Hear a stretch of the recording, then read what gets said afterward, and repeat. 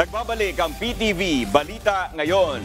Patuloy ang ginagawang mga hakbang ng pamahalaan para tulungan ang sektor ng agrikultura katulad ng pagsasaayos sa irigasyon ng mga sakahan bilang pangontra sa epekto ng El Nino. Nakumpleto na ng National Irrigation Administration ang 21 solar irrigation projects sa mga lalawigan ng Kalinga, Abra at Apayao. Mahigit 250 hektarya ng mga sakahan ang mapapatubigan ng mga ito sa tulong ng solar energy at inaasahang mahigit 360 magsasaka ang makikinabang dito. Namahagi rin ang NIA ng 61 water pump sa Pangasinan na isa sa mga pangunahing producer ng bigas sa Ilocos Region.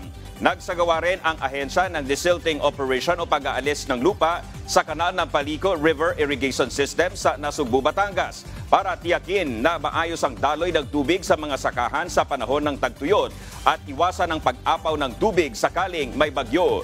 Lahat ng ito ay alinsunod pa rin sa utos ni Pangulong Ferdinand R. Marcos Jr. na tulungan ang mga magsasaka sa gitna ng masamang epekto ng El Nino.